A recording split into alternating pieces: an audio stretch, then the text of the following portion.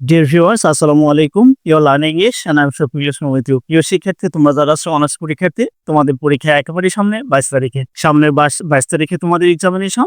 আর এই এক্সামিনেশনের জন্য আমরা ইংলিশ এনে আছি আপনাদের পাশে। সো আপনাদের ইংলিশ সংক্রান্ত কোনো প্রবলেম হলে অবশ্যই আমাদের সাথে যোগাযোগ করবেন, আমরা ইনশাআল্লাহ হেল্প করব।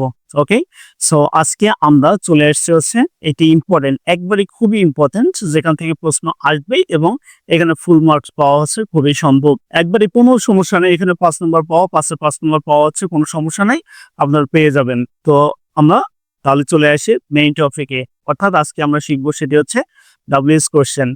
সো ডাব্লিউএস কোশ্চেনের মধ্যে হু এর ব্যবহার খুবই সহজ এবং হু দ্বারা প্রশ্ন আসতেই পারে। তো আমরা দেখবো হু দ্বারা আমরা প্রথম প্রশ্নটা করবো। দেখেন, হু মানে হচ্ছে কে বা কারা, অর্থাৎ হু যে শব্দটি আছে এর অর্থ হচ্ছে কে অথবা কারা। যদি বাক্যের শুরুতে অর্থাৎ সেন্টেন্সের শুরুতে যদি ব্যক্তিবাচক কোনো নাম থাকে অথবা হচ্ছে যে ব্যক্তিবাচক কোনো ওয়ার্ড থাকে, তাহলে ব্যক্তিবাচক ওয়ার্ড তুলে দিব। তাহলে তুলে দেওয়ার পর আমরা কি করবো, সেখানে হু বসাবো। হু এর পর বসাবো হচ্ছে আমরা বাক্যের গঠনটা আমরা দেখো কি করবো, প্রথমে হু বসাবো, তারপর হচ্ছে যেটা ভার্ব থাকবে মূল ভার্ব, এখানে মূল ভার্ব থাক আর হচ্ছে বি ভার্ব থাক, যাই থাক না কেন সে ভাবটি বসাবো, দেন হচ্ছে অবজেক্ট সহ বাকি অংশ বসাবো। সো গঠন একবারে সহজ। তাহলে আমরা কি দেখবো, প্রথমে হচ্ছে মানুষের নাম যদি দেয়া থাকে অথবা নামবাচক কোনো ওয়ার্ড দেয়া থাকে, তাহলে সেই ওয়ার্ডটা তুলে দিয়ে আমরা বসাবো হচ্ছে হু। হু বসানোর পর কি বসাবো, বাকি যে অংশ আছে সেই অংশটা বসাই দিব। আর পার্সনের ব্যবহার যদি কারো প্রবলেম থাকে তাহলে আমাদের আরেকটা ভিডিও আছে, সেখানে আপনার পার্সনের ব্যবহার দেখে নিতে পারবেন। Example, Shakespeare wrote Hamlet. তাহলে দেখো হ্যামলেট হচ্ছে একটি নাটকের নাম যেটি লিখেছে হচ্ছে শেক্সপিয়ার। আমরা শেক্সপিয়ার তুলে দিয়ে এখানে হু বসাই দিব, তাহলে who wrote Hamlet, right answer. Then হচ্ছে Alam went to London last week. তো এখানে সাবজেক্ট দেওয়া আছে আলম, তাহলে আলম যেহেতু একজন মানুষের নাম, আমরা আলম তুলে দিয়ে এখানে হু বসিয়েছি, বাকি went to London last week যা আছে আমরা তাই বসিয়েছি। আর স্ট্রেঞ্জার মানে কি, স্ট্রেঞ্জার মানে হচ্ছে আগন্তুক, মানে যাকে আমি চিনি না, নতুন ব্যক্তি। তো ব্যক্তিবাচক ওয়ার্ড যেহেতু, তাহলে আমরা কি করলাম, এই স্ট্রেঞ্জার উঠে দিয়ে হু বসিয়ে দিয়েছি। তারপর হচ্ছে knocked at the door, that is who knocked at the door. Mind it, প্রশ্নবোধক চিহ্ন আবার না দিলে কিন্তু নাম্বার পাওয়া যাবে না, কারণ এটি হচ্ছে যেহেতু কোশ্চেন, ডাব্লিউএস কোশ্চেন, তাহলে কোশ্চেন আমাকে প্রশ্নবোধক চিহ্ন দিতেই হবে। The teacher rebuked the boy।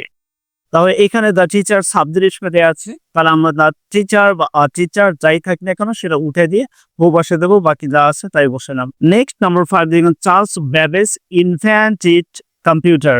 তাহলে এখানে আমরা কি, চার্লস ব্যাবেজ একজন মানুষের নাম, একজন বিজ্ঞানীর নাম, তাহলে তিনি কি করেছেন, ইনভেন্টেড কম্পিউটার আবিষ্কার করেছেন। তাহলে আমরা এখানে চার্লস ব্যাবেজ উঠে দিয়ে বসে দিয়েছি হু, তাহলে হু ইনভেন্টেড দ্য কম্পিউটার। এবার আমরা হলো হুম মানে আছে কাকে বা কাদেরকে। দেখেন, হুম মানে আছে কাকে বা কার সাথে বা কার প্রতি, কার দ্বারা অথবা কার জন্য।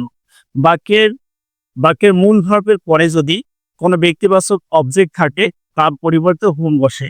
অর্থাৎ আমাদের সোজা কথা, যদি হচ্ছে সেন্টেন্সের শেষে অবজেক্ট হিসেবে কোনো মানুষের নাম থাকে অথবা ব্যক্তিবাচক ওয়ার্ড থাকে, তাহলে আমরা সেটি তুলে দিয়ে হুম বসাবো। ওকে, এক্ষেত্রে বাক্যের বচন হবে হুম প্লাস সাহায্যকারী ভার্ব। এবারে সাহায্য বসাতে হবে, অর্থাৎ সেন্টেন্সে যদি সাহায্য থাকে তাহলে সেই সাহায্য বসাবো, যদি সেন্টেন্সে সাহায্য না থাকে তাহলে ডু ডাজ ডিড। অর্থাৎ মূল ভার্বের প্রেজেন্ট হলে ডু বসাবো, ভার্বের সাথে এস বেস তাহলে ডাজ বসাবো, ভার্বের এস বেস তুলে দিব। আর ভার্ব যদি পাস্ট হয় তাহলে ডিড বসাবো এবং ভার্বের প্রেজেন্ট ফর্ম করব। তাহলে এই ছিল এখানকার কথা। দেখেন, তাহলে হি ওয়ান্টস মিস্টার স্মিথ, তাহলে এখানে হচ্ছে একজন ব্যক্তির নাম দেওয়া আছে মিস্টার স্মিথ। তাহলে হুম ডাজ হি ওয়ান্ট, কেন এখানে মূল ভাবের সাথে কি দেওয়া আছে, এস দেওয়া আছে, ওয়ান্টস এস দেওয়া আছে, যার কারণে আমি কি বসাবো, ডাজ বসাবো। আর ডাজ বসানোর পর আমার এই এসটা কিন্তু উঠে যাবে, এই এস বসানো যাবে না। Okay, next, he is playing with his friend. তাহলে আমার দেখো, যদি প্রোনাউন থাকে, subject pronoun must be known to you, তাহলে এটা হচ্ছে খুব জরুরি নোটিশ। যদি সাবজেক্ট হিসেবে I we you he she থাকে তাহলে কখনো আমরা হু দ্বারা প্রশ্ন করতে পারবো না, যার কারণে হি আমরা হু এখানে বসাইতে পারতাম, কিন্তু এখানে হু দ্বারা প্রশ্ন করা যাবে না, এই কারণে যেহেতু এটি প্রোনাউন, এই কারণে। তাহলে এই জন্য আমরা কি বসাবো, দেখো হি is playing with his friend. যদি এখানে প্রেপোজিশন থাকে তাহলে প্রেপোজিশনটাকে হুমের আগে বসাই দিতে হয়। তো প্রেপোজিশন কি ছিল, তো উইথ ছিল, বাই উইথ টু, প্রেপোজিশন বলতে এখানে তিনটা প্রেপোজিশন থাকাই হচ্ছে জরুরি। By, with, to. তো আমরা এখানে উইথ ছিল, সে উইথ এখানে বসিয়ে দিয়েছি। তারপর হুম, উইথ হুম। ইজ আছে, ইজ হি প্লেইং, প্রশ্ন। দেন হি স্পোক টু কামাল, তাহলে he spoke to Kamal. So এখানে কি আছে, টু দেয়া আছে, টুটাকে সামনে নিয়ে এসেছি। দেন হচ্ছে হুম, টু হুম। এবার দেখো স্পোক হচ্ছে ভার্বের পাস্ট ফর্ম, যার কারণে এখানে আমরা ডিড বসিয়েছি। তাহলে to whom did, then subject he আছে, হি বসিয়েছি। আর যেহেতু ডিড বসানো হয়েছে, ডিড বসানো ভার্বের প্রেজেন্ট ফর্ম বসে, এই জন্য আমরা এখানে স্পিক বসিয়েছি। Next, he is gossiping with Mamun, he is gossiping with Mamun. তাহলে এখানে দেখো অবজেক্টের সহ কি মানুষের নাম দেওয়া আছে এবং তার আগে একটা উইথ দেওয়া আছে, এই জন্য হচ্ছে আমরা সামনে উইথ বসাইছি এবং হুম বসাবো। তাহলে উইথ হুম, দেন সাহায্য দেওয়া আছে ইজ বসিয়েছি। With whom is subject he gossiping. Okay, next, she resembles her mother, অর্থাৎ সে তার মায়ের মতো দেখতে। রেজেম্বল মানে হচ্ছে সাদৃশ হওয়া, মানে একই হওয়া।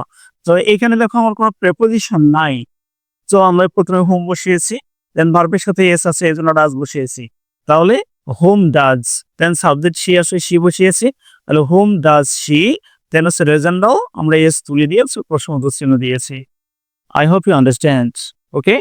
Okay, so that's all for today. So for more videos, please connected with us. Stay connected with us and also subscribe our channel. অর্থাৎ হচ্ছে আপনারা যদি আমাদের এই শিক্ষণীয় বিষয়গুলো যদি ভালো লাগে, তাহলে অবশ্যই আমাদের চ্যানেলে সাবস্ক্রাইব করবেন, আমাদের পাশে থাকবেন এবং সেই সাথে যদি পিডিএফ এর দরকার হয় অবশ্যই আপনারা নক করবেন, কারণ আমরা সেটা ব্যবস্থা করে দেবো ইনশাআল্লাহ। So that's all for today. Again, আসসালামু আলাইকুম।